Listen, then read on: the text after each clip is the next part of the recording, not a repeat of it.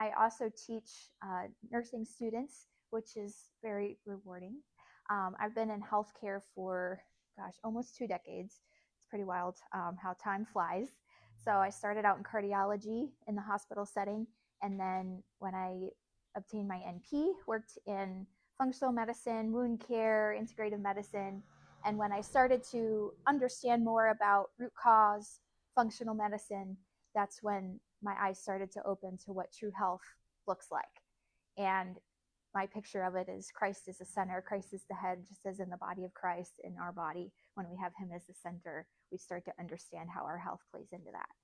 So today's seminar on what's under the hood, what got me with this title is, we all have vehicles, right? So we have to do regular maintenance, check under the hood, and that's what this is about. It's, our gut is central to our health. And as a nurse, I was cardiac. That's all I wanted to know about. I didn't care about gastrointestinal. I didn't care about all that other stuff. But once I started understanding root cause and functional medicine, I realized, wow, what's happening in our gut really resonates with the rest of our body. And so that's what we're going to tap into today as a disclaimer. Let's see, is this going to work for me? And just share that, this is for educational purposes. So whatever you do with it is as you like. I'm not here to replace, any medical advice, but here to dispense the information. So I just like to share that on there. So yeah, so that's me. So just a little bit more about myself. And then, so what is root cause consultation? So that is the health consultation business that I started, that the Lord showed me that as my eyes open to where there are many gaps in health. So we go to the doctor, and many times there's just not a lot of explanation. There's not a lot of education. They don't leave time for that. So you go, maybe they prescribe something, or they share, oh, here, change your diet to this. Well, how does that go? So that's where I step in. And that's where I can see health is revolutionizing a little bit in this time that we're living in. People are opening eyes to where they're taking charge of their health. So root cause consultation is just that, to equip you to take charge of your health and to use the tools that we've been given to do that. And so my goal is to help people thrive, inside and out. And so that's what I'm here to do, to serve the community. And I saw ways in my own health that needed to change, and I had to change my perspective on that as well. And then just to kind of share on that as well, I have developed a total wellness program. So it works out that we're talking about total wellness, because there's a course that I developed, a 90-day course that really just goes into head to toe, Jesus at the center. Like, this is what health looks like, and this is how you can thrive in your spiritual walk with the Lord, but also in your health. So if you're interested in that, definitely see me after the seminar if you like. But that is something that I have worked on, and that is really the center of all of it there. So yeah, and then you will hear some of my personal story intertwined into today's presentation. And two, I just want to thank you and commend you and those that are watching as well for taking this step today to really learn more about this. We're coloring outside the lines a little bit when it comes to mainstream medical. And so really seeing how things really go. So taking charge of your health. So I commend you for that today. All right, so let's get started. So total wellness. Now, if someone wants to volunteer and answer, when you hear the word wellness, what's the first thing that comes to mind? Good health. Good health? All right. Feeling good. Feeling good, okay. Happy. Happy? Good. Yeah, those are great. I also want to mention that I did share this a little bit in social media before, but wellness has unfortunately become an industry, and we can't look at it as an industry. It's health. It's feeling better. It's thriving. And so it's not just about picking the right supplement or doing the next cleanse. It's about being well inside and out. And so when we look at total wellness, we see how we're connected of soul, body, and spirit. And so our soul includes our mind, our will, our emotions, how we think. That will influence how our body responds to pathogens, to stressors, to getting toxins out of our system. So it's not just about, I'm just going to put it out there, the word manifesting has been circling many times. It's not about that. It's about, I have the mind of Christ. I'm going to think the way that he's telling me to think. And then things will express from there. And then our body, of course, what we put into it, how we care about it, that's going to also connect to our mental and spiritual health. It's all connected. And then our systems all work together. We have many systems working all at the same time. And so they're all created to communicate with one another. And we're going to talk about that a little bit. And so when our soul or our spirit is affected, it's going to affect our body. And then finally, our spirit. So we know from the word, God gave breath to our spirit, and when we reconnect with him, we're born again, all of that. But also we can be vulnerable to other influences. So the Bible talks a lot about guarding our heart, guarding our spirit. We have to be really careful for that. So it all works together. And then symptoms, when we have symptoms, when it comes to our body, they're signals. And so I bring this up because it's easy to get used to subtle symptoms. Maybe we feel a little tired. Maybe there's just this brain fog. Maybe there's just this one thing, something just feels off, and maybe we just brush it off. But we need to remember that they are signals that our body's given us that something's going on. We're always taught in nursing school, pain is a signal, the body's saying something's wrong, right? And that's always subjective. It's not, you can't look at someone and know without a shadow of a doubt what they're going through physically, because it's not always going to express the same in them, right? So that's something that we should remember. We shouldn't normalize what's abnormal. Just because it was in our family, just because it's something we've gotten used to, doesn't mean it's something that is right. So it's just, some of those subtle things. So we'll go through that in a little bit. All right, question for you. True or false? A healthy digestive process supports total wellness by improving nutrient absorption and reducing inflammation throughout the body. True, yes.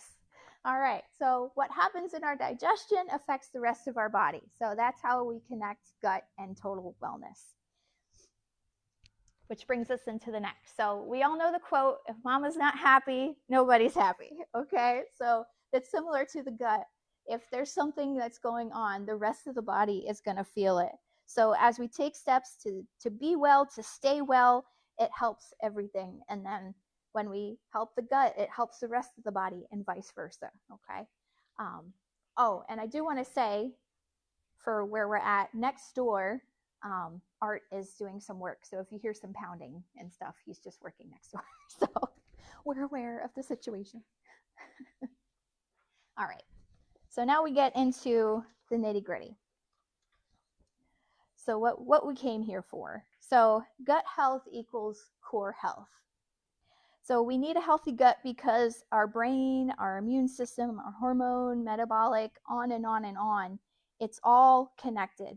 And as I mentioned, it communicates. So the microbiome of our gut, so from our mouth all the way down, there's this mucous membrane, this microbiome that contains 70% of our immune system. So meaning if it's not healthy, it's going to contribute to our immune health and vice versa.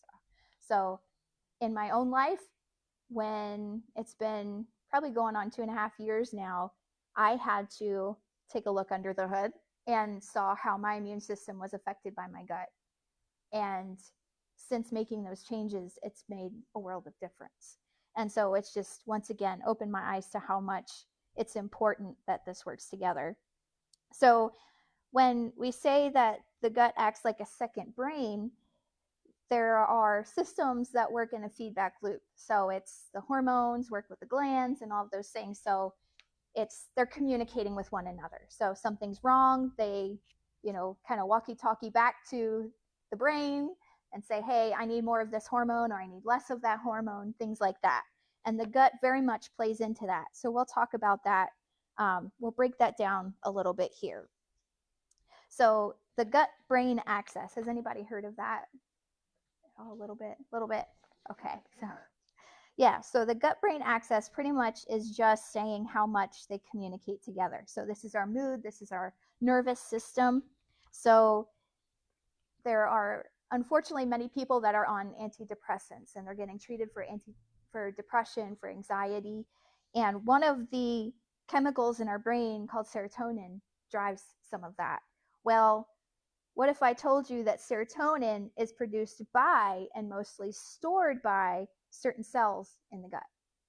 So when the gut is imbalanced, meaning the bacteria and things that are supposed to be in there, it's going to affect the serotonin and vice versa. Serotonin actually helps move things along as well in the gut.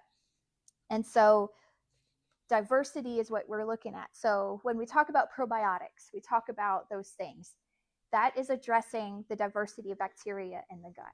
And it's good bacteria. We actually have trillions of good bacteria in our body. And I know to hear that, it may sound really off because we hear bacteria, we think, oh, we need to treat it. But our body's actually made of good bacteria that keeps things together. We'll talk about that in a little bit.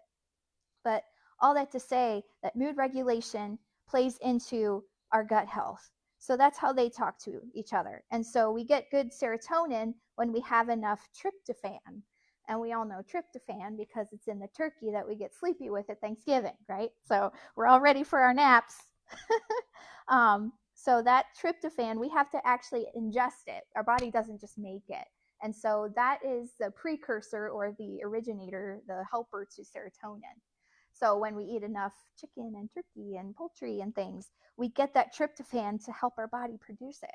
So it's really interesting because there are other vitamins and minerals that our body doesn't just produce. We have to give it to ourselves. How much of God to make us that way that we have to depend on him to give us what we need, right? So that's just one of those examples.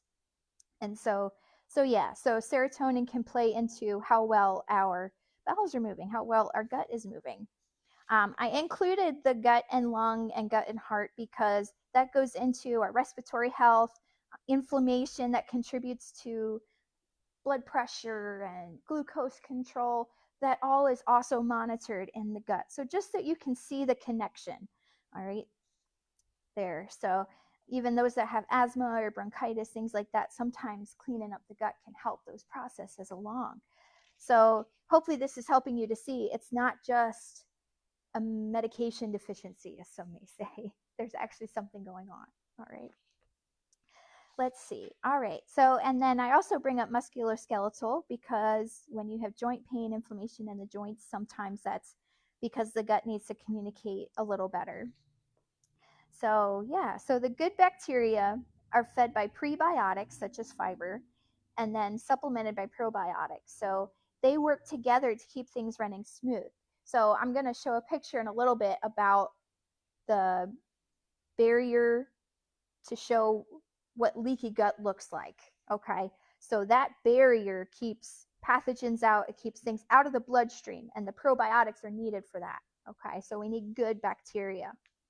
We also need healthy bile. So we're going to talk about bile in a little bit and all that. So there's a lot there.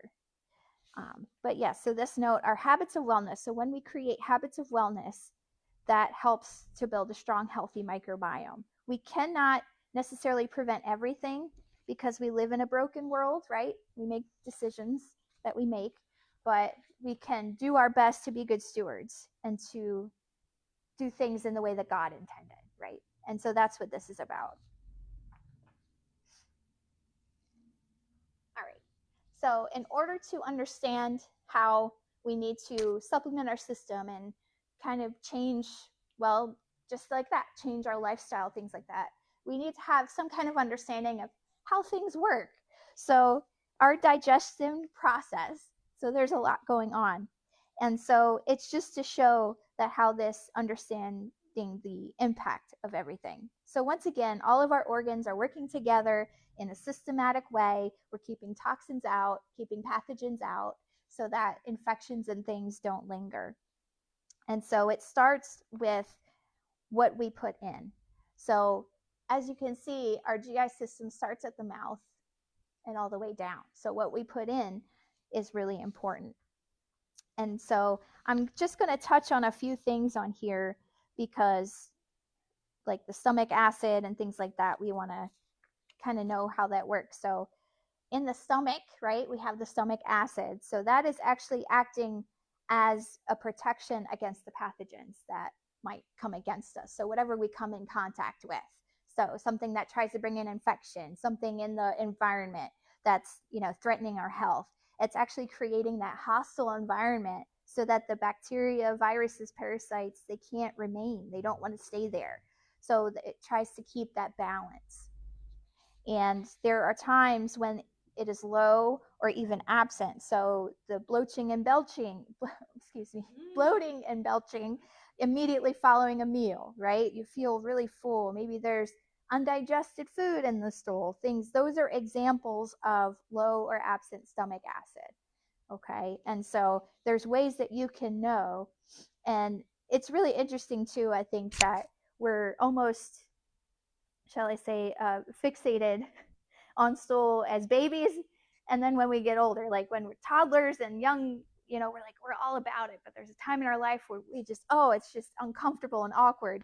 But this shows me anyway that, you know what, maybe we should be paying more attention with what's coming out. We don't want to talk about it in public, but it's really important. All right. That's right. So stomach acid plays a really important role there. And then when we come over to the liver, so we eat something, it goes through the stomach. That stomach acid is neutralizing the bacteria, creating that protective environment. And then things get broken down with the liver and gallbladder and so forth. And so we don't give the liver and gallbladder the credit that it deserves. The gallbladder, unfortunately, gallbladder removals are one of the highest, ranked, maybe not ranked, but the highest amount of surgeries that are done. Anybody here had their gallbladder out? When? Okay. The nursing students that I have range from their 20s to their average young 40s. So in there. And I can't tell you how many, I can probably count on 4 hands how many young people in their 20s have had their gallbladder out. And it's just, maybe it was a gallstone or things like that, by something that can be prevented, by something that can be treated otherwise. So like obviously you don't want it to burst, you don't want it to create a bad environment, and many times that's why. But after the gallbladder comes out, there's some more things that need to get done that people just aren't being told. So we're going to talk about that here. So we know that the liver plays into detox. There's a lot that goes into that. There's 3 phases of detox, and part of those phases, the liver does a lot. It needs the glutathione and things like that. But the liver and the gallbladder work together to where the liver's creating bile, so it's taking from the food that we eat, the toxins we're exposed to, all of those things, medications, those that drink alcohol, all of that. It's trying to clean those up by creating bile and trapping them. It moves it to the gallbladder to where it's stored and released at time of eating. Okay. So then it can digest fats. It can maintain cholesterol. It really does a lot. And then once again, it breaks down those toxins to where they can be safely removed from the body. So there's a lot going on there. And so when they work together, things run smoothly, right? So you may not necessarily need a juice cleanse all of the time. You just need a healthy digestion. It's really that simple. And so people that rely on that, it's not that they're bad in and of themselves, but when you're not working on the root cause, you're not working on the issue that's really happening, you're missing the point. All right. So give your liver and gallbladder what they need, and they will help you out. So we need bile. And when the gallbladder, so the gallbladder stores that bile and releases it at the right time. If the gallbladder's not there, the bile just kind of trickles, and it's not bolus released, so to speak, when you eat. And then you can't really digest fats. Maybe toxins and things are just getting kind of stored up in the body and things like that. But there's a way that you can help. There's a supplement you can supplement with bile salts, and that helps even when your gallbladder is just inflamed, right? And so I can talk about that later. But there's ways to help it out. So yeah, so you don't want to feel sick and sluggish because of the toxins. You want that stuff moving very nicely. And then, so that's the liver and gallbladder. And of course, the intestines and things like that. Pancreas, so it releases the digestive enzymes. So that's breaking down the food even more to where it can be released, and we get all the nutrients that we need. And also releasing insulin so that glucose is utilized correctly. So that's for another time. There's a lot going on with that. So even though there's a lot here, hopefully that gives you a big summary. Okay, when I'm eating the right things, I'm letting everything be where it needs to be, things will run smooth, right? Also with enzymes, when they are low, there's ways to help them as well. So it also plays into the bloating, belching, things like that, passing gas when there's not enough. So enzymes are really important to keep things running.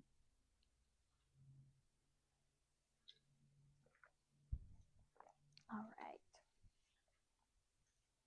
right. Okay.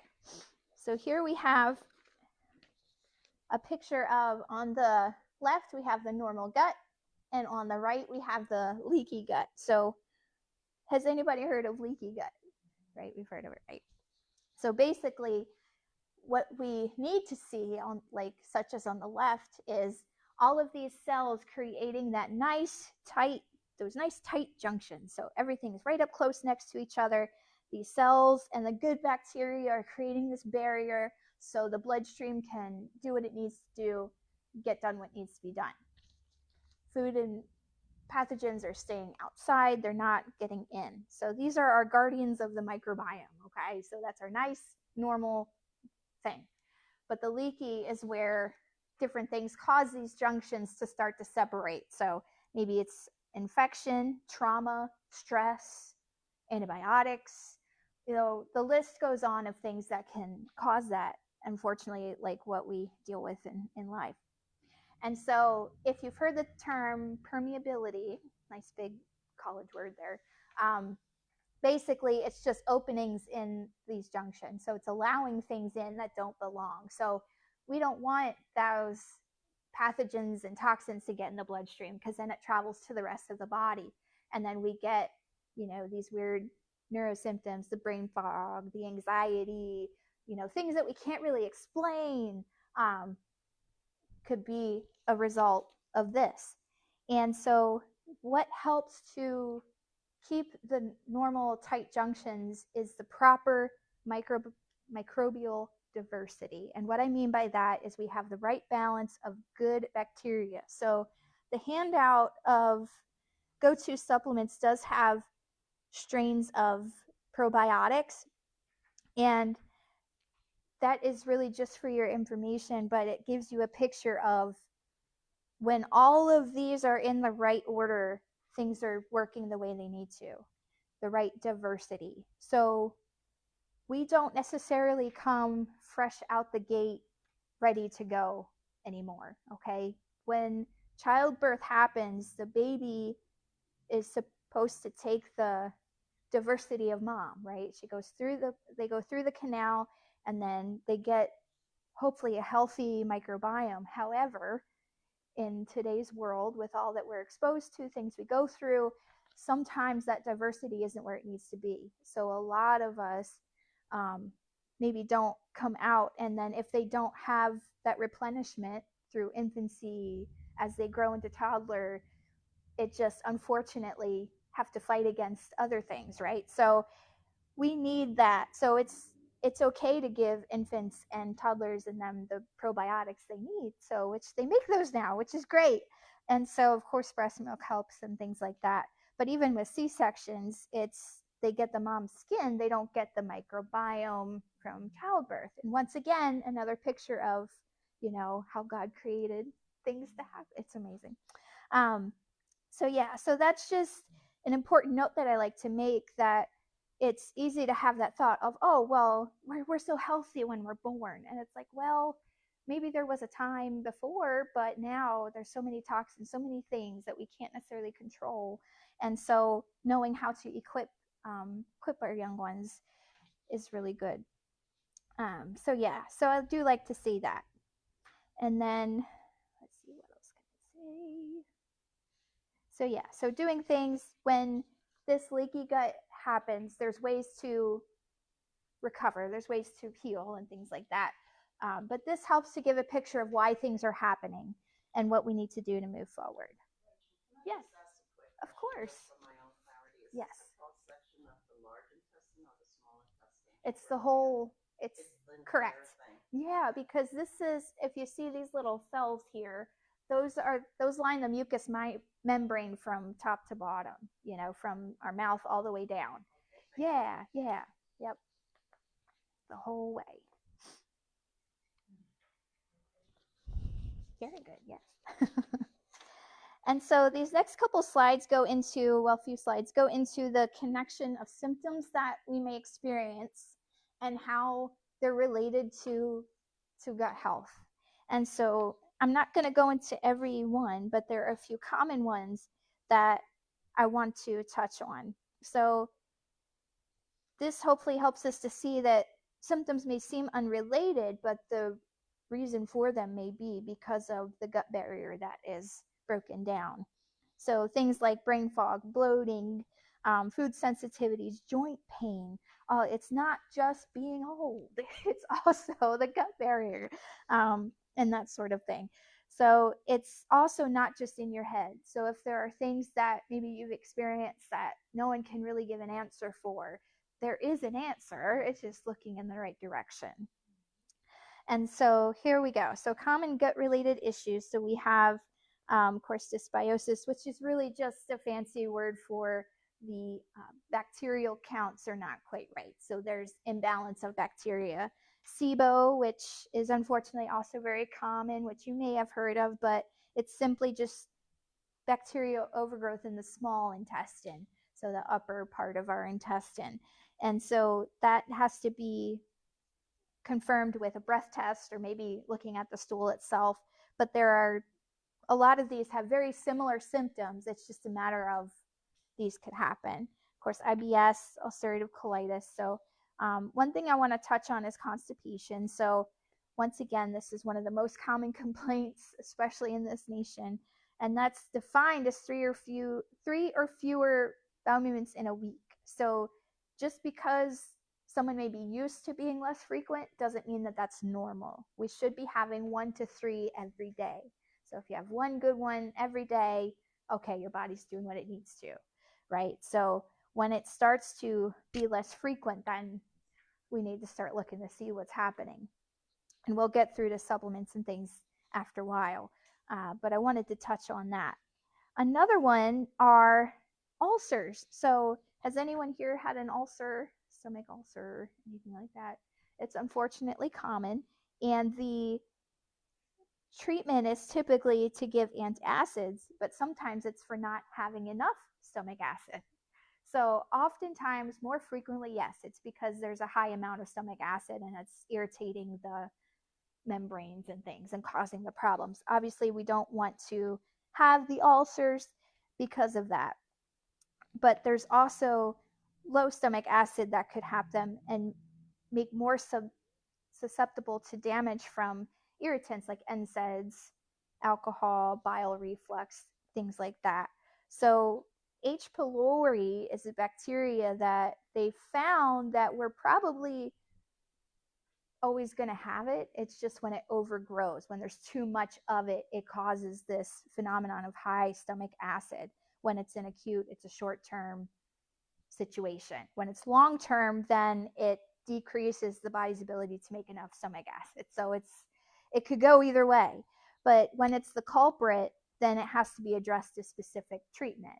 But either which way, ulcers are unfortunately very common, and that has to do with the stomach acid. So really taking a look, sometimes you can look at the stool and see from the test, okay, is it too much? Is it H. pylori? Is there something else going on? And things like that. You don't want it to keep bleeding if it's bleeding. Like you want to treat the problem. But it's very common, unfortunately. All right, another common one is GERD. So has anyone heard of GERD? So it's gastroesophageal reflux disease.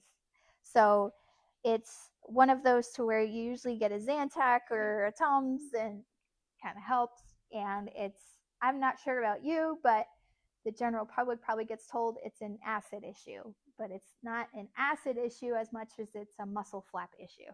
So going from our, I don't know if I can pull that up again. Can't really see it from here, but where the esophagus meets the stomach, there's a sphincter. And that sphincter is the flap that, allows food through or not. And so that flap is a muscle, and reflux happens when there's a muscle problem. There's a flap at fault. So it could be low magnesium because magnesium helps with muscle contraction and nerve function, and nerves help with that function as well. And so if it's not necessarily a matter of producing too much acid as much as it is there's just acid leaking through because of the muscle flap. And so just giving it, just to help you see, this is the idea of conventional medicine, which is helpful when you need it, but just taking a minute and thinking it through. Okay, wait a minute. Do I really need to tell my body to stop making stomach acid when it's a muscle flap issue? So it's just to kind of get that thinking. Are there tests that people can do to find out the difference between the two? Yes, I'm trying to think. So there is imaging that you can get, whether it may not need to be either a CT or like a special X-ray where you can actually see as you're swallowing or something like that how the sphincter is working. Yeah, absolutely. But also looking at the stool itself to see, is there enough, is there an acid issue? You're welcome. But also just say that medications that are used for this, like PPIs, like omeprazole, Protonix, things like that, actually they should only be for short term, but they've been long term for years, and they come with their consequences, like GI infections. They disrupt the microbiome. So the issues that the large population has with leaky gut and an issue with the microbiome is largely in part because of the medications that have been used to treat things, right? And so it's just something to think about. So long-term use has these issues, also bone health and things like that, increased risk of fractures with PPIs. So it's one of those things that maybe I should try to get off of these. And honestly, yes, helping not having the trigger foods will help. But at the same time, maybe there's, if it's a muscle issue, maybe I should check my magnesium. Maybe I need some magnesium. So it's some of those other things to think about. Rachel, Yes. Yes, of course. Yeah. Does posture have anything to do with that? Like after you eat a meal, you shouldn't lay down or it does. Yeah, it does, because you want it to go its natural flow, so giving it time to work its way down. Right. Yeah, because if you lay down too quickly, it's not giving it time to settle. Yes. Yeah, absolutely. Yeah. Yeah. Yeah, that's a good question too. You guys have all the good ones today. Yes. Then would it be a good idea to maybe take like a walk after, like short walk after a meal, something like that? Yes, and that's for glucose control as well.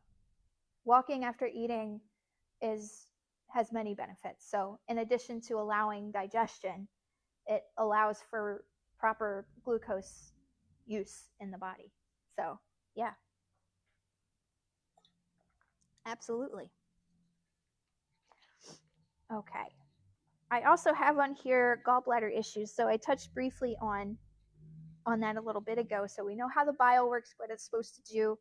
And so gallstones tend to be the most common reason, and they tend to, for the surgery that we talked about, and they're typically caused by diets that are high in the processed, unhealthy fats, sometimes obesity, maybe going on crash diets. So unfortunately, once again, the wellness industry making diets trendy instead of understanding how weight management actually works, for some people can be that detriment. So not just going on a diet and then going back to eating unhealthy. It's like creating that lifestyle of healthy habits. But yes, gallstones typically by those really unhealthy fats. So I do share with my clients about eating with healthy fats. So that's something, if you feel like you need some help with, can certainly help you with.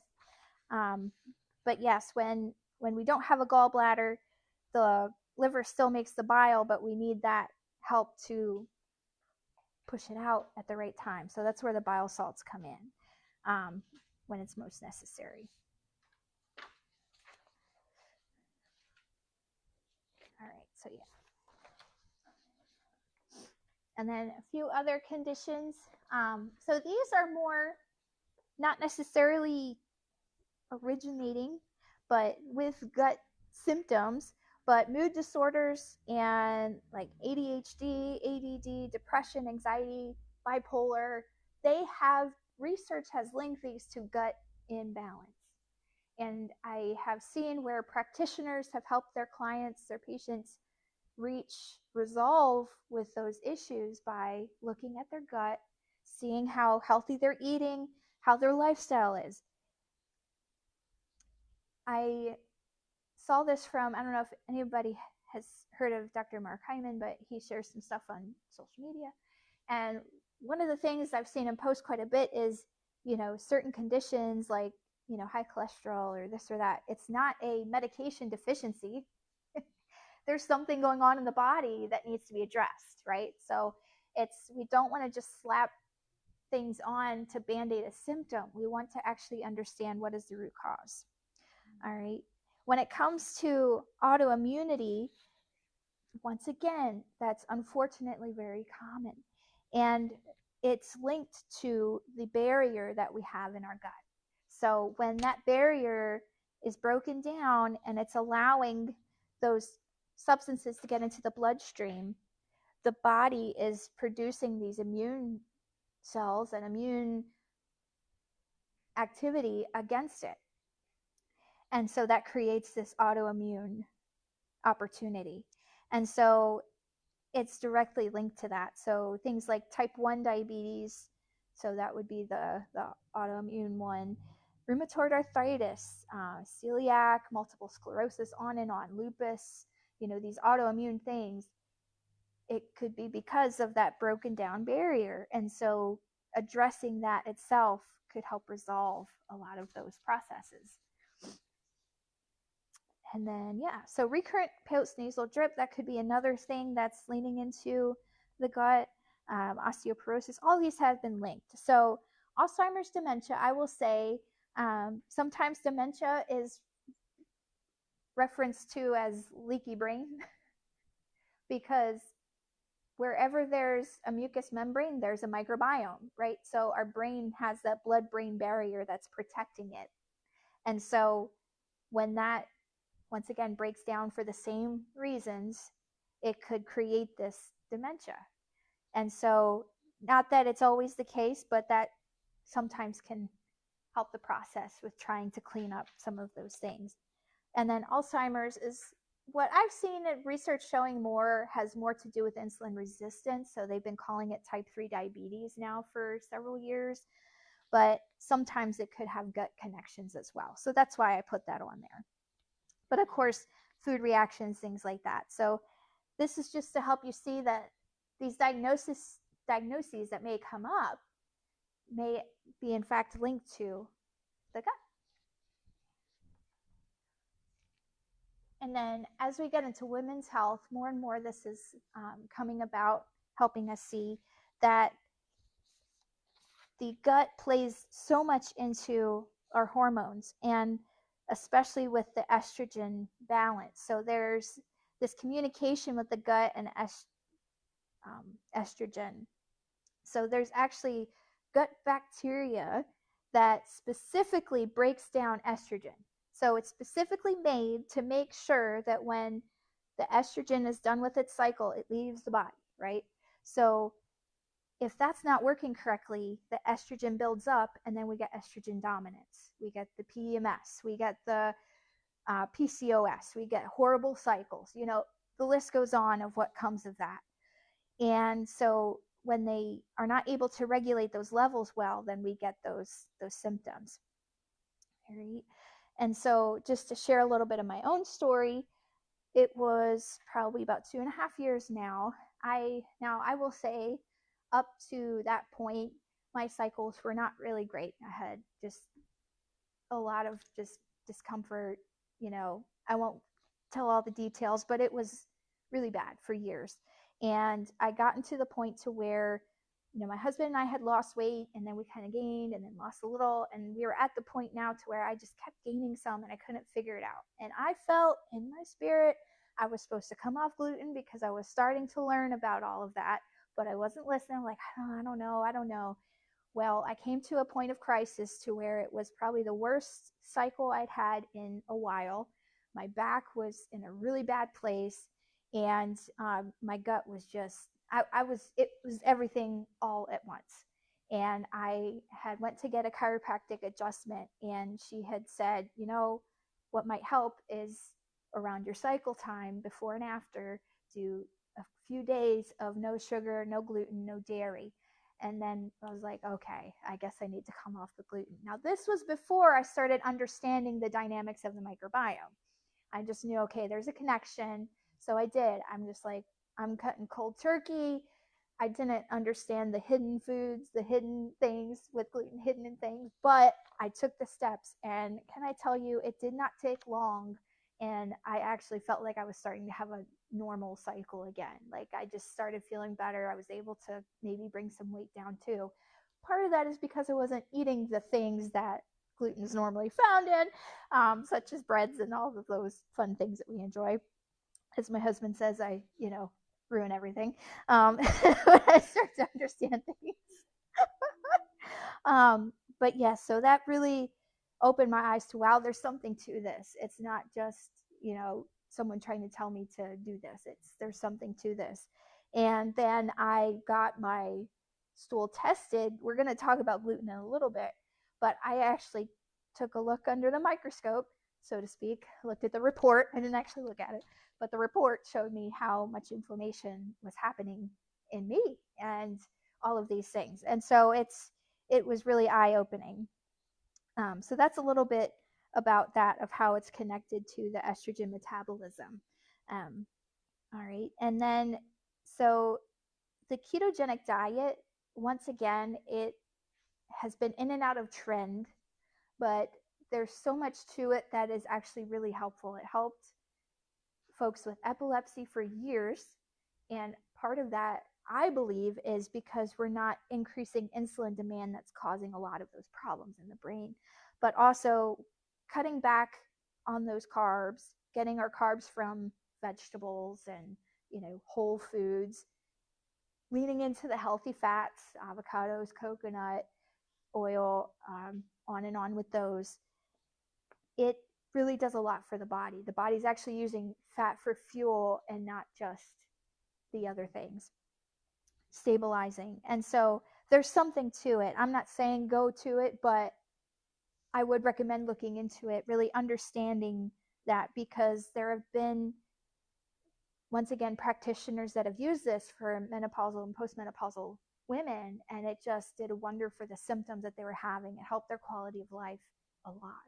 And so, once again, just something to kind of think about there. All right. So, second half here, we get into the good stuff. All right. So hopefully you got to see the picture of why some of this happens, and now we get into how this connects with total health. So once again, we're looking at top to bottom, head to toe. We're zooming out to the big picture and seeing how balance is key. So when we look at, I talked about the bacteria in our gut, we have this natural flora or good bacteria, and when the pathological or bad bacteria gets in there, that affects the balance. It affects and brings those symptoms that we were talking about. So some things that are going to affect it, we have the diet. So what goes in? So the ultra processed foods, sugar, unfortunately, any type of sugar, low fiber diets, so we're not getting enough. I'm sorry? Does that mean honey So honey, or maple syrup? they're both should be still like on a sparingly thing, so not as often, but especially cane sugar, like corn syrup, all of those things should just be the refined, is what I'm getting at, refined sugars, so honey in its natural, unrefined, raw form, unfiltered, like that's better, but it's still, body still sees it as sugar, so it still increases insulin demand enough to where you want to make it not as often. So unfortunately, I know. That's like my husband over there. So causing this, so these, especially the ultra processed foods, they damage that diversity that we need. All right. So stress. So stress in itself decreases digestion. So I showed you the digestion picture. So we have, with our nervous system, we have the fight or flight. So we're getting chased by a bear. So our body's, increasing blood pressure and, opening our lungs. And then we're decreasing blood flow to the gut. So digestion kind of slows down for that moment. The rest and digest system, where the vagus nerve comes in, that's where we take a breath, digestion comes, our heart rate slows down, we can rest. And I can say 9 times out of 10 we're primarily usually probably in the flight or flight because of life. We need more rest and digest. So that stress affects our digestion. So our emotional health is gut health. So we really have to take a look, and we're going to come to strategies in a little bit, but understand how much stress relates to inflammation and how much inflammation damages the body. And so when it's long term, short term, we need it. We cut our finger, we want that to heal. So inflammation is good for the moment. But when it keeps going is when there's an issue. And that's where stress comes in. And so it's going to affect, the permeability, the ability to keep those tight junctions together in our gut. All right, meds. So there are specific meds that will disrupt our gut's delicate system. So antibiotics are one. So this is a touchy subject for some, but I feel like y'all are going to understand here. Just because you have an infection does not mean you need antibiotics. Antibiotics are created to destroy bacteria, all the good bacteria too. So when you get antibiotics for anything, you swallow it, it goes through your system, and it just kills your good bacteria. So your microbiome is just like, just decimated. So taking probiotics during that time is very helpful, and a strong one. You got to get a strong one, not just the good ones, but the strong one, and take it for at least a month after, because you need to replenish your system. So folks that, like, we have good friends that they unfortunately have needed antibiotics because of infections, and there's countless people that have had this with them, especially kids. They just get them one after the other. I need my antibiotics, and it just keeps happening. And then they wonder why they have all these other things going on in their body, because their microbiome is just depleted. And that's from the antibiotics. Oh. Both would be good, because you need the prebiotics to feed the probiotics. So it's kind of alongside, because fiber is one, so we need fiber anyway. um, and there's some others that I put on here. What else? Prebiotics, garlic. So it depends on the situation. There are times to where the bacteria, the situation that's going on in the body, needs that for the moment, just to be real. But there are some things, like if there's an infection in the gut, or even sometimes other kind of minor infections could be treated with a really hefty dose of like oral oregano or cryptoleptis, or things like that, but guided by a practitioner that knows what they're doing. So there are times to where more natural antibiotics could work, and it doesn't deplete your system of your good bacteria.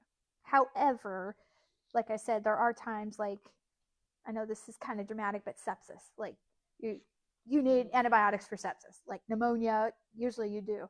So there are times to where, yes, like a sinus infection, you could get away with trying more natural. It just depends on the bacteria, because bacteria, unfortunately, is getting smarter and smarter. They're adapting to things, just like the flu virus adapts to the season as seasons go by. Each year it's different. So these bugs, they get smart, and so it's knowing how to combat it. So sometimes, yes, you can get away with that, but not always. I like to say that. So yeah, so that's antibiotics. NSAIDs, so like the ibuprofen, naproxen, Celebrex, aspirin is kind of an NSAID. So those can disrupt the gut system. Acid reducers, which we kind of talked about. So those are some examples of how that could affect gut health. Environment. So unfortunately, we live in a toxic world. There are buildings that sometimes we have to work in that have mold toxicity. Sometimes there's other things. Sometimes there's other toxins. We maybe are around agriculture and they're spraying pesticides. We can't control it all of the time, but when we can, we should really make it a clean environment for ourselves. Either which way, those play into the gut health, especially glyphosate. Roundup is just the worst thing. And I don't know if you guys have been watching, but the company that made it has now made it into law that you pretty much cannot sue them if you're hurt by it. Okay, so we need to be paying attention to those things. I'm not going to get into it today. That's for another time. But just to realize that cancers, neurologic disorders, gut things, hormone balance, it all is affected by those pesticides, by our environment. And so we have to have that keen eye and discernment to understand, okay, Lord, what's around me that could be affecting me, and these things. Even toxic relationships, that does play into stress, but surrounding ourselves with the right people, putting our attention to the right things, our right focus on the right things, so we're not making the noise and chaos of the world more important than the voice of the Lord. That's really important. So all of these things and more play into our gut health. All right, so what do we do about it? So there's maybe something going on, or maybe you just want a wellness check. We test, don't guess. All right, so the way that we know is by checking under the hood, right? So that's how we investigate, is with labs and tests. So there is, we're just talking with Susan here too, but there is a cost to it. It is going to be more expensive. Insurance doesn't cover some of the advanced tests because of the criteria that they like to have. Either which way, though, when it comes to looking at the diversity of our gut, are there parasites? Is there inflammation? We look at stool testing. There are many options, and they continue to refine their tools within each test to make it better. So I like the GI map. Oh, I keep covering my microphone. I'm sorry. I like the GI map, but there's also GI 360. There's, Vibrant Health has Gut Zoomer. There are many options, and sometimes it's just based on what each practitioner likes, what they contain. But picking one and helping it to identify. I had the Vibrant Health one once, and it helped me see, oh, there was a parasite, and oh, my gallbladder was inflamed. So part of my testimony too is that for well over a decade, I had dealt with these really interesting symptoms that I really couldn't identify. Like, it wasn't really IBS, but it wasn't an ulcer. I would get hungry and then get a horrible pain, like all over my gut, all over my abdomen. And at times there would be maybe gas or something. And I would sometimes get relief from eating, not always, but stress was a huge issue for it. And I think that was the main trigger, but I just couldn't figure it out. I just lived with it. And then when I went to my doctor later on, he's like, well, maybe it's just mild IBS. I was like, okay, what does that mean? What do I do? Eat more fiber, whatever. But they didn't actually help me understand what that looks like, right? And so I had dealt with constipation and all of that. It all played into itself. And then once again, a couple years ago, when I started looking at my own health and putting myself under the microscope, I had saw that there was this gallbladder inflammation. Now, gallstones sometimes will present that way, to where you have that kind of pain and it's kind of relieved by gas, and but it wasn't exactly meeting that definition, so it's like pieces of things that kind of matched other things. And so when I looked at that test, then I was able to see, oh, maybe it's that. So I knew my enzymes were low.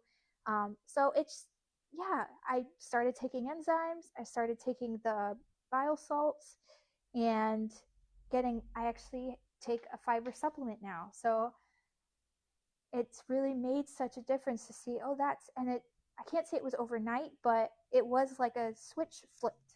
And I really didn't have those symptoms anymore because I was able to see what is going on in my gut and that sort of thing. So even though it may cost right now, not addressing the root issue and then waiting for something that like a surgery or something to happen years down the road, that cost is going to cost your quality of life as well. And so it's kind of understanding like, yeah, there's a cost now, but what could come if I don't do something with this? So once again, I feel like I'm in the presence of those who understand, but it's important that we help others realize that too. It's unfortunate the way that things are set up in the medical system right now, but there are ways to make it work. You know, there's ways that God provides, and so it's important to see what our options are. Rachel, I'm sorry. Yeah, would that's you okay. repeat the name of the test that you Oh, went so through so to I discover that? I initially used Vibrant Health's Gut Zoomer by Vibrant Health, and then I also used by was it Diagnostic Solutions is the lab that uses GI Map, and then I use that with my clients because I like the GI Map. But they've also started one GI 360 that I haven't looked into yet. Um, but it looks like it has a little bit of everything. So I want to look into that one. 360, yeah. So it's, once again, you probably have to see a practitioner to get it done, but they are options, that are really helpful. Other tests, so I do have like total wellness check on here. So routine blood work, just to get the full picture, is what I have included here because we normally get a CBC, the CMP, like those are kind of our usuals, lipids, A1C, but the thyroid panel with antibodies, I do want to harp on this a little bit for a moment because um, it's another issue that I have with the medical system and even what I was taught as an NP. Just because the TSH is normal does not mean that the thyroid is okay. All right, hear me in this. Our thyroid produces the T3 and T4.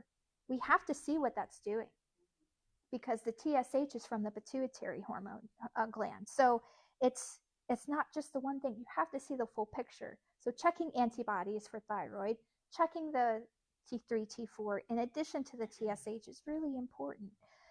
So that's what I do. Fasting insulin, because how our insulin is working in the body is key to our overall health. Insulin resistance is the culprit to multitude of conditions. And so really understanding that is how we understand metabolic health. How's my blood pressure? How's my waist circumference? How's my insulin? It's really looking at those things too. And then CRP looks at inflammation. If you have inflammation, that's going to be elevated. If it's not, then we're okay. We're not in a firestorm right now. There may be mild, but it's not getting to the point where that has to come to the rescue. So those are some things I like for total wellness. And then these others have to do with gut health. So food sensitivities, you could do elimination diets, which a lot of people do. Like, I'm going to cut this out of my diet for 30 days and then reintroduce it. But that takes time, right? So getting a test done could cut that down a little bit. So you could go either way. But that food sensitivities is something to think about when we're talking about gut health, especially with IBS. And then micronutrient testing. So vitamin Bs, especially vitamin D, zinc, all of those things, you could see if they are out of balance. Those are options as well. Vitamin D, I think everybody should get checked through the year, not just once a year, because I feel like it kind of changes with the seasons. But that is one that the majority of us are deficient in vitamin D, and it plays such a huge role in our body. So definitely make sure that I know I didn't include it on the total wellness check, but that is something that is foundational to my wellness check. So yeah, let's see. What does a total wellness check cost? So I don't have that off the top of my head. But I could definitely, so for all the labs, depending on where you go, like if you come to see me, those labs would probably come to, just a couple hundred maybe. And then in addition to the consult, but going through other services might be a lot more, even with insurance. We had our check last year, and I mean, labs themselves were already almost $400 with insurance. So it's, yeah, there's a way that that it could be a little bit less, and I can talk a little bit about that after as well, of course. But yeah, so some ways are a little bit more cost effective. Um, Can I, yes, yes. and just in you, as you mentioned, we had some testing done. Rachel was able to run testing that the physician assistant I saw, he didn't want to run because he didn't know what they were. That she wanted to see, so we went, so she was able to order, or I ordered direct and what Yeah. have you. But our HSA account paid for it. Yes. So our health savings account with insurance Yes. that paid for it Yeah. because it was through LabCorp, what have you. Yeah. So yeah, and so that definitely was a blessing that we could Yes. still use that. So that wasn't a necessary out-of-pocket expense. Yeah, there are services that will use that. So if you have a flexible or health savings account, some of those places will take that for sure, which was, yeah, really helpful. Um, and then I also want to add, since we're talking about testing, um, when just because some of these results may look good but you're still not feeling quite right, you don't have to just stop there. Like, find out, pray on it, find someone that can help you get a little bit deeper on that. Or even just if something comes out to where it's kind of averaging okay, it at least gives you a piece of it. It's not a wasted cost, even when it comes back not much, because it gives you a full picture of what's happening. All right. So that's testing. There's a lot with that. So on this other column, the 5 R's, this is a whole part of the root cause approach, the functional medicine approach, is that when it comes to especially gut health, we want to remove what's toxic and inflammatory. We want to replace with what we need. Reinoculate, basically just rebuild, and then a repair and rebalance. So any foods that are not healthful, any stress, getting rid of infections. So like I said, I had to get rid of, parasite at one point. If there's a fungus happening, sometimes there's an overgrowth of candida bacteria, well, fungus. And so that takes some work to get rid of that overgrowth. And that's another one too, like, when it comes to anything that depletes our diversity and our gut of the good bacteria, it allows the what they call opportunistic. It allows those bad bacteria to overgrow.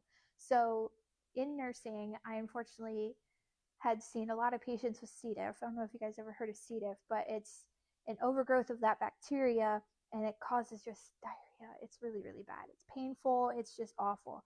And I had learned that, well, I guess I never quite understood how antibiotics could cause that. They never really, I don't think they really knew how to show us. But now I understand that we already have, kind of with the H. pylori, there's already a little bit of it there doing some work.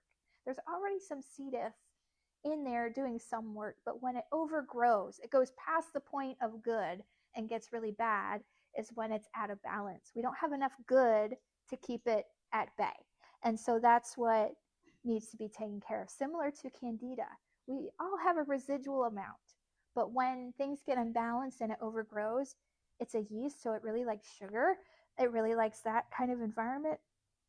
Bacteria loves sugar. We think of cancer. Cancer loves sugar.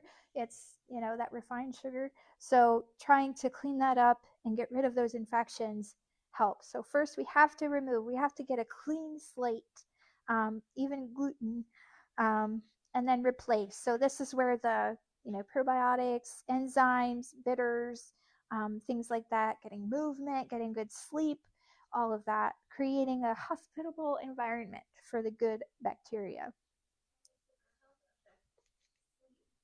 It can. So it's another one of those where it could go either way. One could affect the other. So sleep could make poor health, but then poor gut health could make poor sleep. So it's, yeah, kind of looking at the full picture. Then rebuilding, like I said, and then repairing. So there are specific nutrients that can help heal that gut lining. So get those junctions to where they're tight again and get that balance. And then addressing lifestyle factors with rebalancing. So that's where prayer comes in, rhythms of rest. So, like I said, we don't get enough rest and digest. We have to get that pattern in our everyday life of committing our way unto the Lord and, taking up his burden that's light, right? Like his word says. That's what I believe he's showing us here, is that when we have that pattern continually, it's okay if we have a good day and we're not stressed. Sometimes I'm like, oh, there's nothing I'm like freaking out about. Is that okay? Like, yes, it's okay. It doesn't have to be intense. um,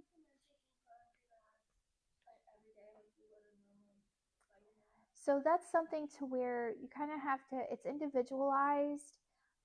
It works better for some and not for others. Sometimes taking a look at the stool test to see actually what your gut has going on will help, because sometimes you actually need specific strains for the specific issue. So just taking them blindly, I wouldn't recommend. I would actually say, like, we should all get a stool test just to know what our baseline is and then go from there. But once again, the cost factor. But like, I had taken them years ago and didn't respond very well to them, but now I understand that you have to gradually build up to kind of the full dose, because there will be bloating, there will be some discomfort, because you are introducing bacteria. So it has to kind of figure out what to do with it until you can build it up.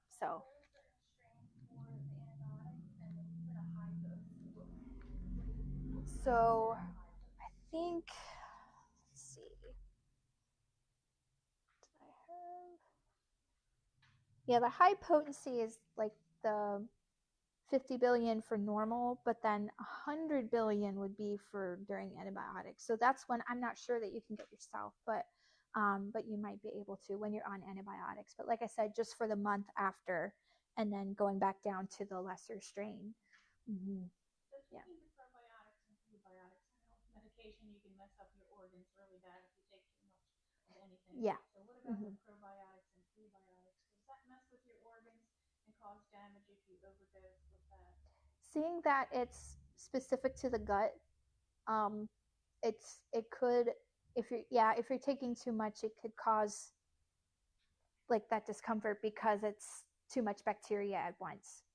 Um, I will say, like, taking it long term, it kind of starts to know what to do with it.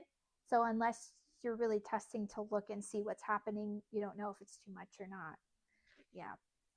But yeah, that's a good question, because that is true with all supplements as well, and natural things. Like, there's safety doses just as there are for medications. And so just taking it off the shelf and using it, well, maybe it needs to be a different dose for you right now. That's why, sometimes maybe you need a different strain right now. I don't know of any necessarily detrimental effects to other organs with probiotics, because I don't know that it would cause like inflammation that would, spread or anything. It's just, you're just rebuilding your microbiome with it. So hopefully that answers your question there. But yeah, good questions. Okay, so that's the root cause approach. So this is how, I investigate, we investigate to get the root cause. And now, when we're looking at supplements and nutrients, these are for gut health. So I bring these up because they help when we're trying to reset our gut. So the NAG, N-acetylglucosamine, will support that bifidobacteria. So that's a specific strain. So this is one that's really helpful for gut lining. So there are other nutrients that help, but NAG really helps with the gut lining. So when you're specifically healing it, not just maintaining, but healing it, NAG is really helpful for that. Glutamine is another one. It's going to decrease inflammation. It's going to help the good gut cells grow. So finding supplements that have these included is helpful for that. It is an amino acid, so it helps support that lining. And then I brought those three together because they tend to be together in the same kind of groups of supplements and mixtures. But slippery elm, licorice root, you could do slippery elm by itself. It comes in a powder and you mix it and drink it. I don't know how good tasting it is. Personally, it doesn't look the best, but it really helps for the gut lining. Licorice root, so this isn't the red vines you get off the shelf, I'm sorry, not the candy, but it's actually, let's see if I can pronounce this right, deglycyrrhizated licorice, so DGL. That is licorice root, the DGL. So there was actually a study that saw someone in the UK, some guy overseas, he ate like licorice, just regular licorice for months, and he ended up dying because it like did something in his body. Just every day eating all of this licorice. I could not imagine. So, and they found through that it's the G word that I can't pronounce very well. The glycerin, not glycerin, but something in there that actually causes that. So they remove that and just the licorice root, and they put that in these combinations, and it helps to actually, it's bactericidal again, so it kills the H. pylori. So if you have an overgrowth of H. pylori, if that's the problem, it's going to help. So that's why they like to include that. And then marshmallow extract. Once again, it's not the marshmallow that we do for s'mores. It's an extract, and it actually heals the gut lining. So would that also be like if you have a bad case of candida in your system, like toenail fungus? Would that help that? So usually you need something antifungal. So that would be a little bit different. I'm trying to think. I know coconut oil, oregano oil. So yeah, you'd have to look into like an antifungal situation, cutting out sugar completely, and addressing it that way. Now, when it's something that's in the toe, sometimes that could be a sign of overgrowth in the gut. But once again, you don't know unless you test. So you could try it and see if that clears it up, but sometimes it's just fungus in the toenail. All right, and then probiotics. So the handout that you guys have includes probiotics on there. I won't go through all the strains, but you could get the spore form, which is really good. But yeah, for kids too. So definitely recommend like starting them out as young as you can with probiotics to help with diversity. They're just so good. I will say, let's see if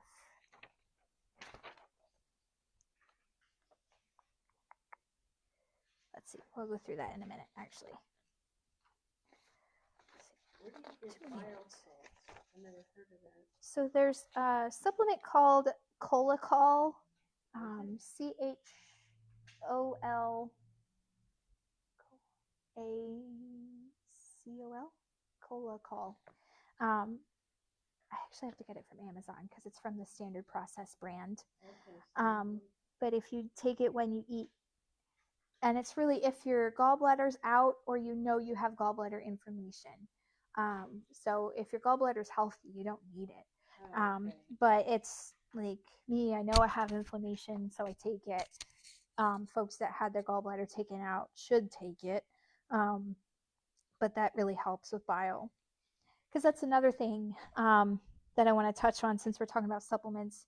Just because someone is claiming that it's really good for this or that, do your research. Like, check it out, because most of the time they're selling it so that they could sell it.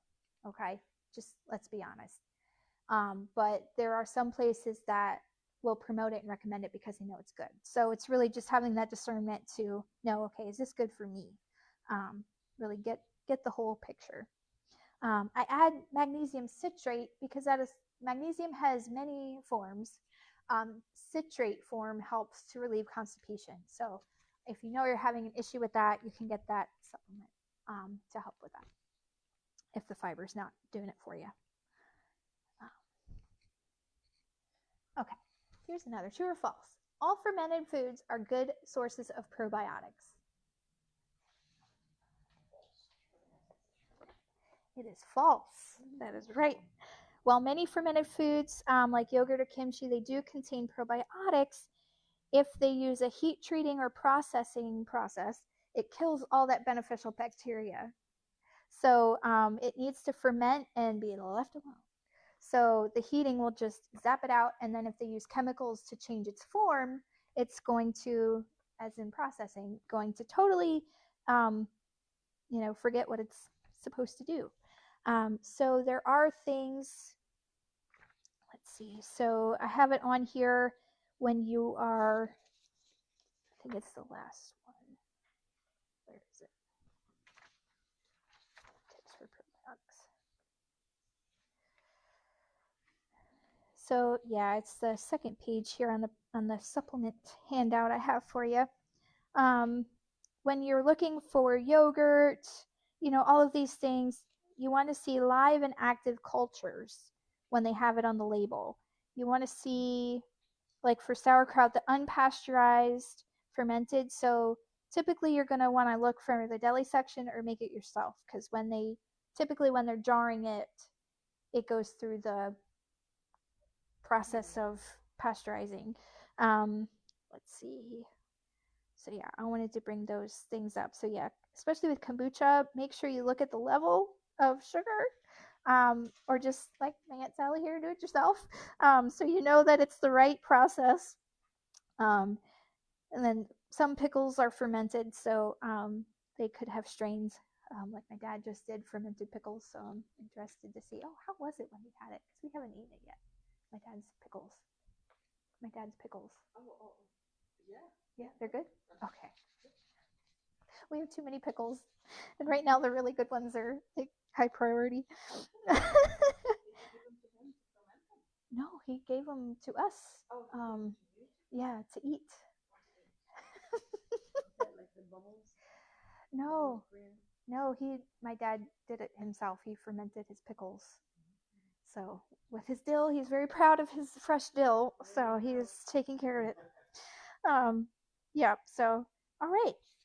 So I wanted to bring those up since we are on the subject. All right. So yeah. So now, next slide, please. Getting into some more here. So when it comes to fiber, I cannot say this enough. We need fiber. I know, like there's some diets like the carnivore diet. Some of those that are lifers don't think you need fiber, but we still need fiber.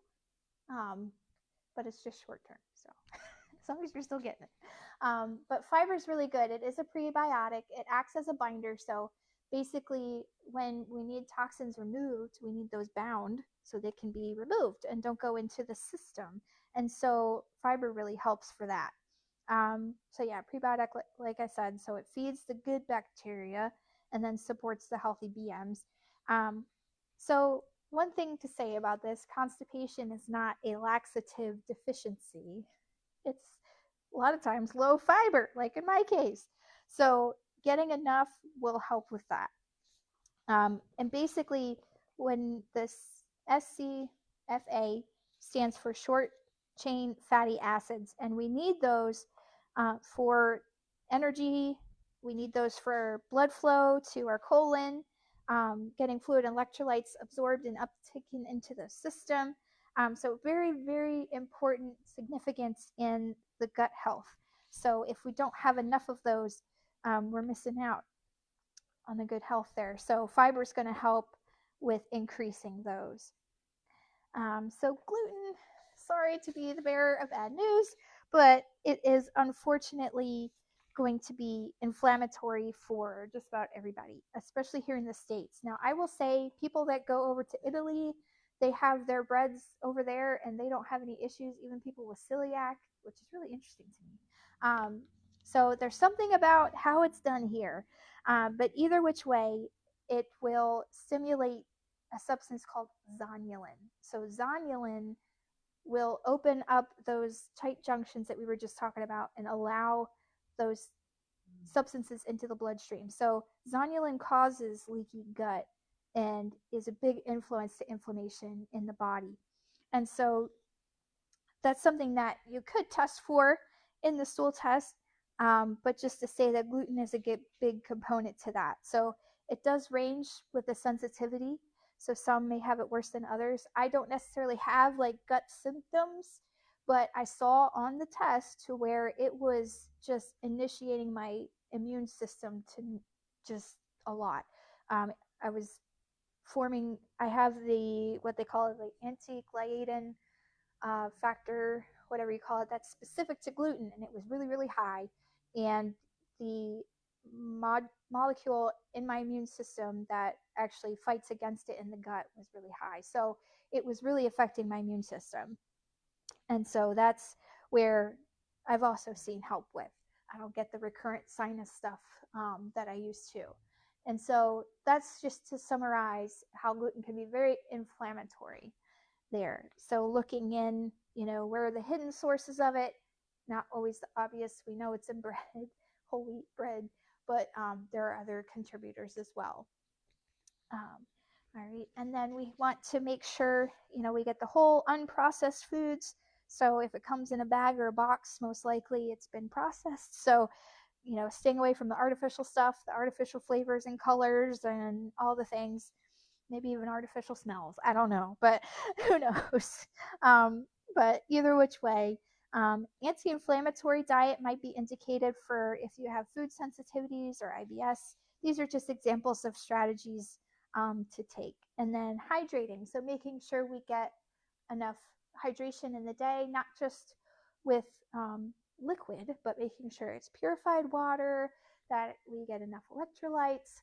Half of our body weight in ounces every day is our goal. So it's not just the 8 glasses a day, 8 to 10, whatever they say.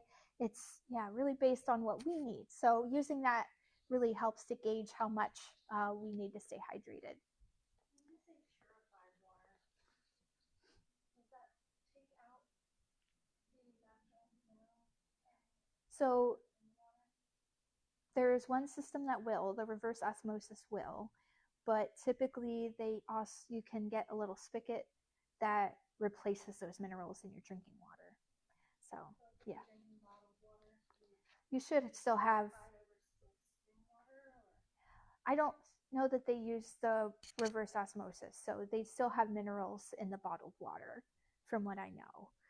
So that's fine. Yeah, it's just that like the Brita filters and some filters will only filter out so much, but the reverse osmosis saps everything. But you can get the spigot, like I said, that adds the minerals when you drink the water. It's pricey, but we already had it in our house, so whew, thank the Lord. But but it is pricey. All right, there are gut healing foods, so like bone broth, fermented foods like kimchi, things like that. Those can really help. So bone broth, like if you're on a intermittent fasting type regimen, that can help sometimes to break your fast and also help with your gut. And then avoiding those gut disruptors that we already talked about. All right, another true or false. Stress has no impact on gut health. False. That's right. Pay attention. All right, so when we get into lifestyle, a lot of these are very similar to just total wellness, just general, living a wellness life. But they really have great impact in our gut because that's how it works. Our gut health impacts our total wellness impacts our gut health. So getting a walk in every day, doing strength exercises helps not just for motility activity for motility in our gut, but also lymph drainage. So when we pump our muscle, it pumps our lymphatic system. So that lymphatic system is capturing those toxins and getting them out of the body as well. So we need that to be working. So many benefits to that. And stress management. I feel like this is a constant thing. We always need good stress management help. So scripture, keeping in daily scripture, daily devotion and prayer, in Proverbs 3:7-8, we see that the fear of the Lord actually strengthens our flesh. It's health to our bones. And that's just one example of where even in scripture we see how much our devotion to the Lord and our view of him is healing to our body, our physical body. Taking time in nature, so that kind of goes with the walk, but also walking in the grass and just to grounding. Yes, getting our bare feet on the ground. And it's amazing how our bodies are electric, and then doing that just puts us in tune with, kind of resets that a little bit too. How long should you do that? I think I've read, to really feel the effects, supposedly like 15 to 20 minutes. So more than just a few minutes. Which I just think is funny because it's like you always see the Amish walking around barefoot. It's like, do they do that for that too? So they have something in mind. Vagus nerve stimulation. So I didn't mention this before, but our vagus nerve, it goes from our brain, to just below our diaphragm.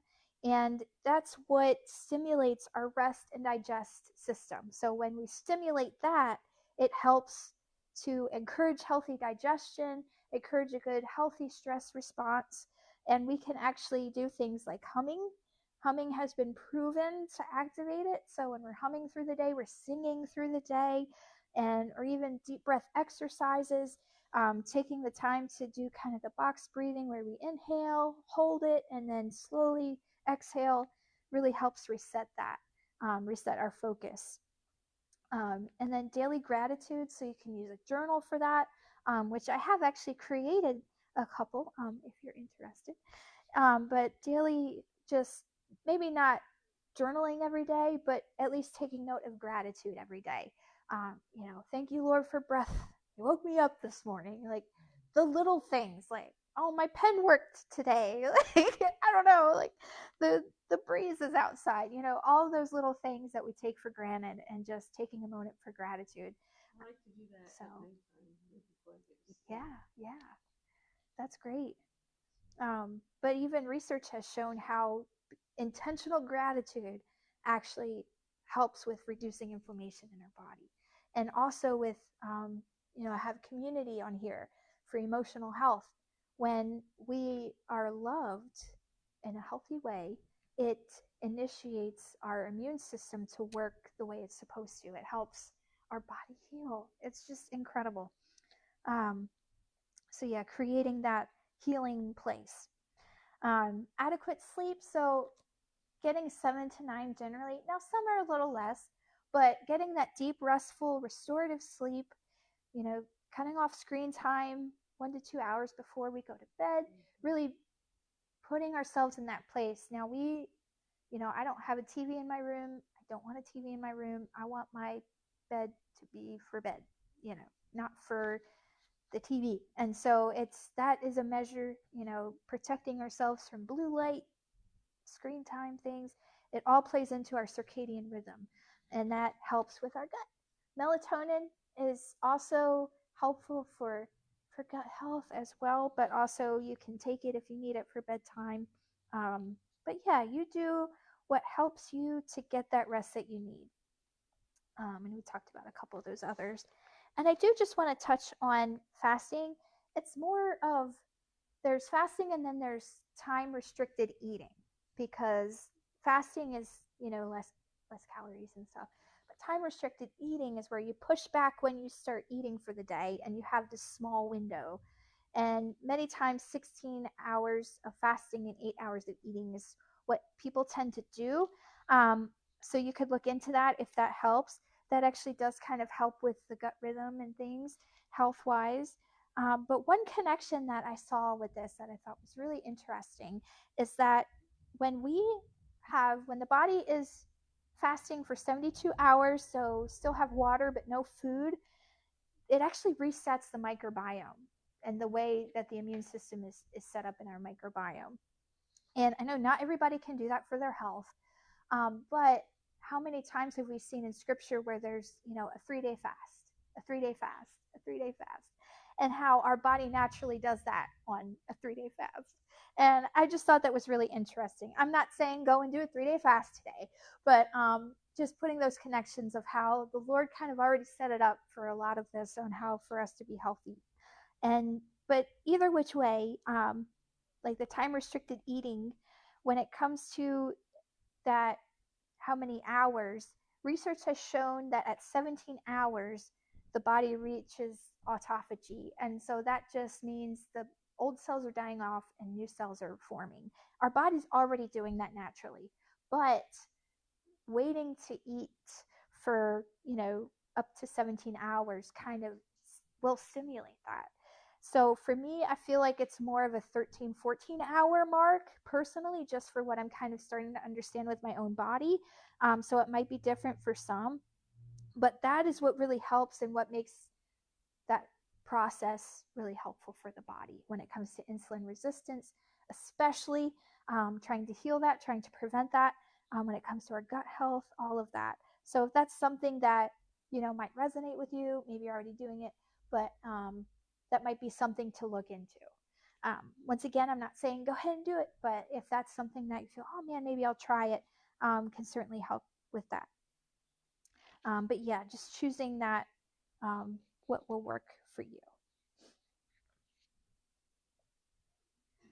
All right, and wrapping up here.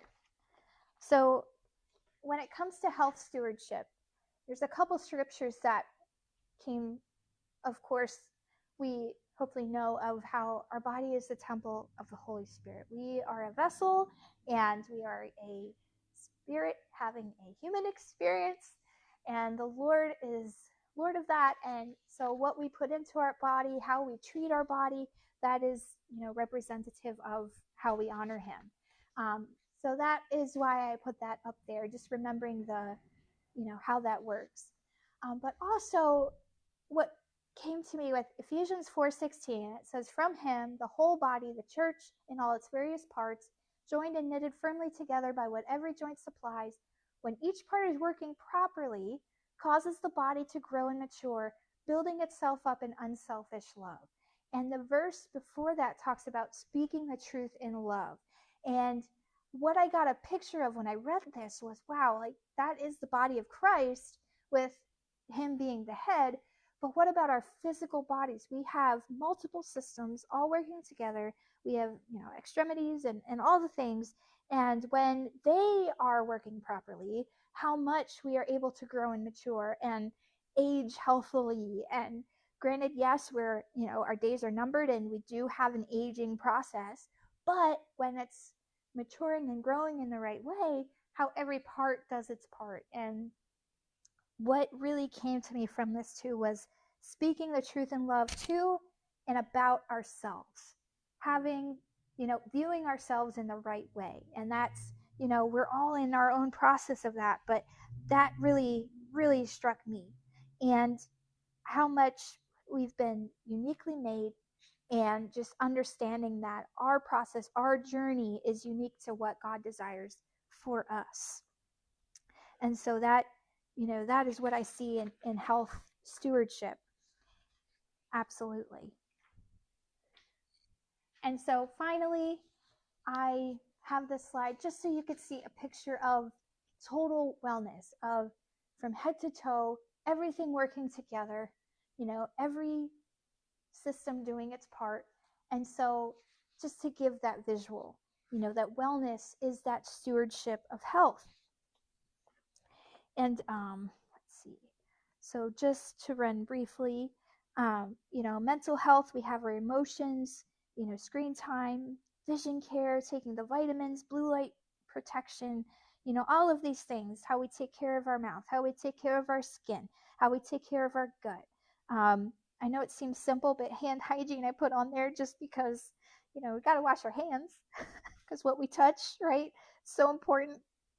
But yeah, detox and, getting all that our body needs, and going from there. And then I add about the cell level because our mitochondria, I feel like there hasn't been enough emphasis. That's the powerhouse of our cell. And when we feel low energy or things like that, it sometimes is a result of just the mitochondria not getting what it needs, right?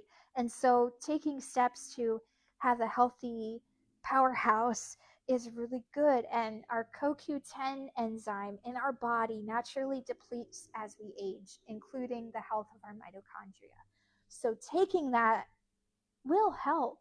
Um, Sometimes I take it myself, but so sometimes if you hear that, that's part of it. But that is an example of how we eat, how we live, really affects us at a cell level, how we view God, all of these things. And so, yeah, so when it comes to like just even supplements to take just on a regular, like how's your vitamin D?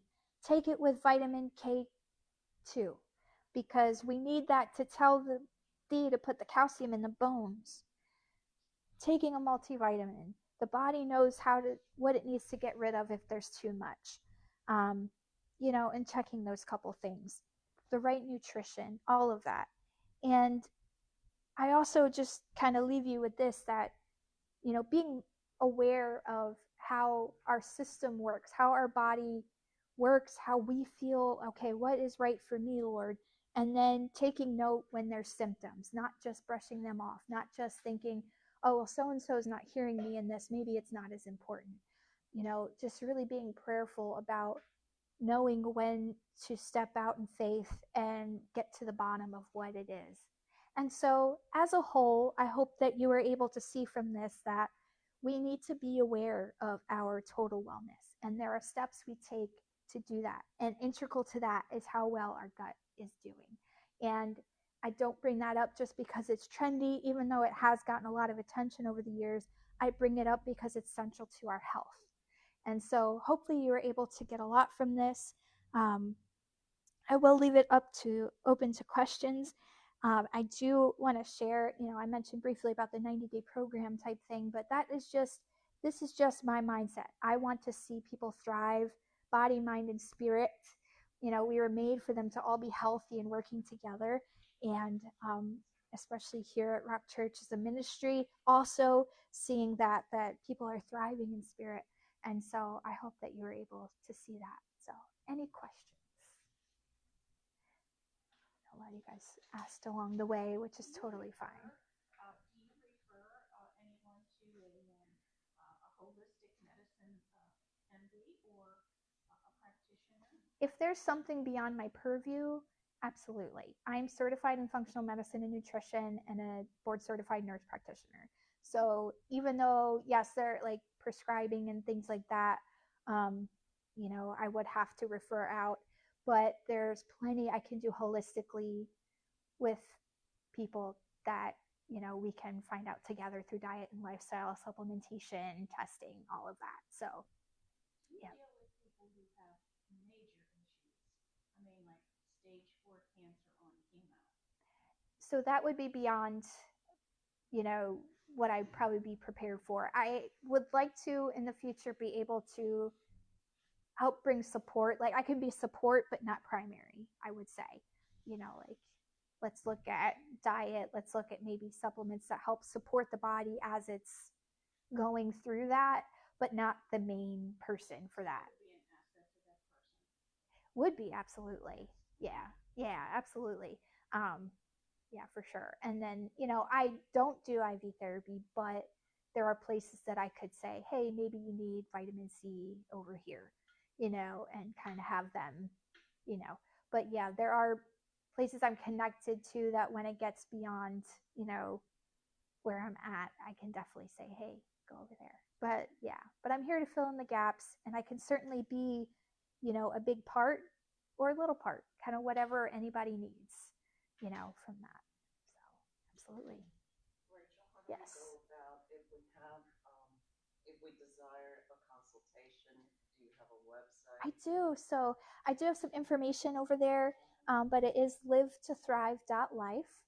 And then my phone number is on the business card over there, and my socials and everything. Absolutely. And then, we can kind of find a time. So I do, as I mentioned before, I do teach full time while I'm kind of transitioning into this more. So afternoons are kind of typically when I see folks. But yeah, absolutely. Is there a location where we can meet with you? Or? So I actually meet in the back room back here. Okay. So I don't have a brick and mortar yet. So, but thankfully we have this beautiful building, and I'm able to meet folks in our little office back there. So yeah, and virtually, for those that maybe are out of the area, I'm happy to do a video call or something like that. Is your 90-day program here? So it would be, yeah, we would meet once a week together, in person, and go through. Singularly or as a group? Group or singular. So if there's enough in a group, I would probably say minimum of 4 or 5. So it would be, where do I have it as? So single, I'm trying to think. Single, I think, is about like 1,000 maybe, and then group would be 700 each, I believe. But then there's, yeah, where we're at right now. We'll see. Yeah.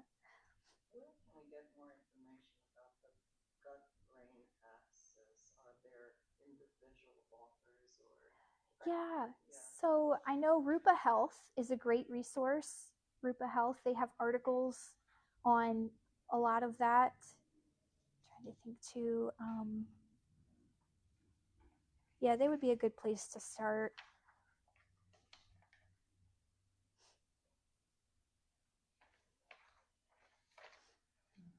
RUPA. I'm sorry? How do you spell that? RUPA. Yes, RUPA. For or against probiotics? Oh, if you I'm. take them, if you're taking vitamins, will it change the way the vitamins affect your body? So I am definitely for probiotics. I will say that it is a little individualized as far as what someone might need, different than someone else. As far as other vitamins, it might actually help them be absorbed better because it's creating a better diversity in the gut to where it's able to work properly, if that makes sense. Yeah. Yeah, absolutely. So it's Rupa, right?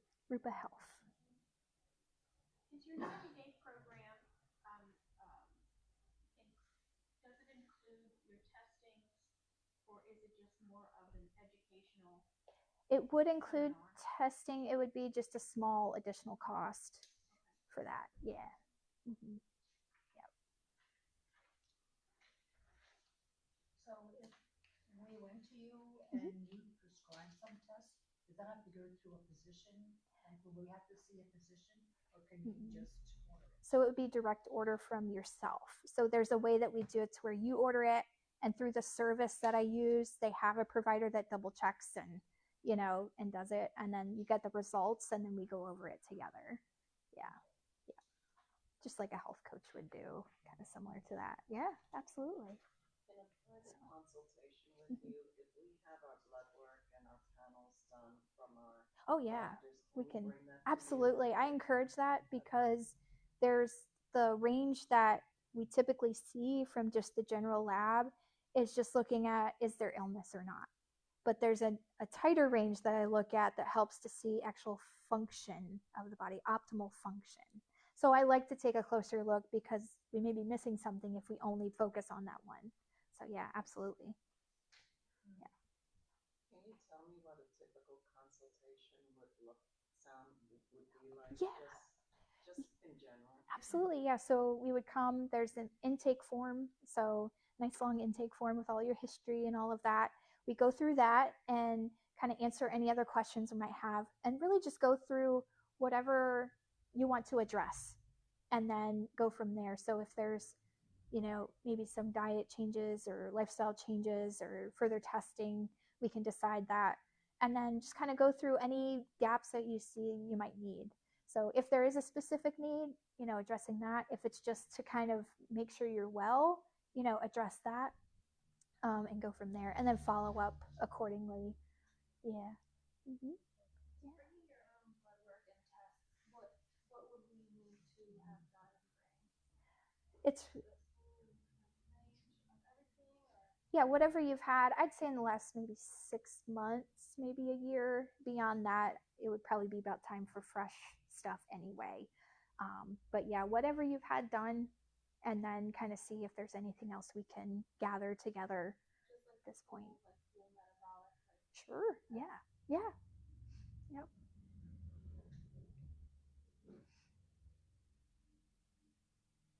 Good questions. I have a question that may or may not be related to this. What would you say to someone who has inflammation and arthritic symptoms, does not eat poorly, has had a multitude of tests, a stack of papers about that big, no arthritis, very low arthritis markers, very low inflammation markers, but you still have the symptoms? I would say looking at the gut, just plainly, because actually sending a sample of stool to see if there's inflammation there that's not presenting elsewhere. So that's why I say I know it's like another test, it's another cost, but really looking at the right things. Yeah. So, yeah, Okay. that would be, yeah. And then looking from all there. That appears to be, it's me, but all that appears to be pretty normal. And I'm sort of a hunter-gatherer, gardener, cook. I Yeah. eat out of the garden. I don't like processed foods. Right. Haven't for many, many years. Right. And I'm still having a little faster than normal aging, I think. Right. Issues. And there could be even just, are there food sensitivities that maybe you're not aware of? Once again, having to look at that testing to see for sure. So, yeah. Why are doctors so blinded to nutrition and how it helps, and they're so eager to write a script? That's how they are taught. It's not their education. They don't get enough nutrition education. I didn't get enough nutrition as a nurse. I knew basically, okay, we need these vitamins, we need those minerals, we need that protein. But to actually educate someone on this type of thing, I had to go outside the box myself. I think it's glossed over because of the support from pharmaceutical companies and so forth and so on. My doctor said he had one class one semester on nutrition. Yeah, that's right. He's an MD. And a majority of the decisions are driven by insurance. Yeah. And when providers, not just doctors, but providers, want to actually do what they know is right, that might be different than that, they get a lot of scorn. They go through a lot of ridicule and, just horror. Yeah. And so some don't feel like it's worth the fight. Some just are arrogant and this is what I was taught and this is what we do. But then others that are like, no, I'm going to go this way. There's a price to pay, but it's worth it too, because there are those there that, like, we found a doctor down in Florida that he was about the root cause before root cause functional medicine was a thing. That was how he did things. And then that hospital system that he worked for, that I also worked for, just started a residency for integrative medicine and functional medicine. I mean, that's almost unheard of in conventional settings. So it is happening. It's just, unfortunately, the majority is, yeah. But there's hope, and I know it's frustrating and all of that, but it's, this is my way of showing people, like, there's a way, and yeah, so it's here. Thank you very much for your Yes, of course. The blessing. Yeah, absolutely, yeah. So, well, thank you all. If you don't mind, I'd like to close in prayer real quick. All right. Father, I thank you so much for this opportunity to be gathered together and for sharing this information. And Holy Spirit, that you would just seal these words and let these seeds fall into good ground, and that what is of you would remain and what wasn't would fall away.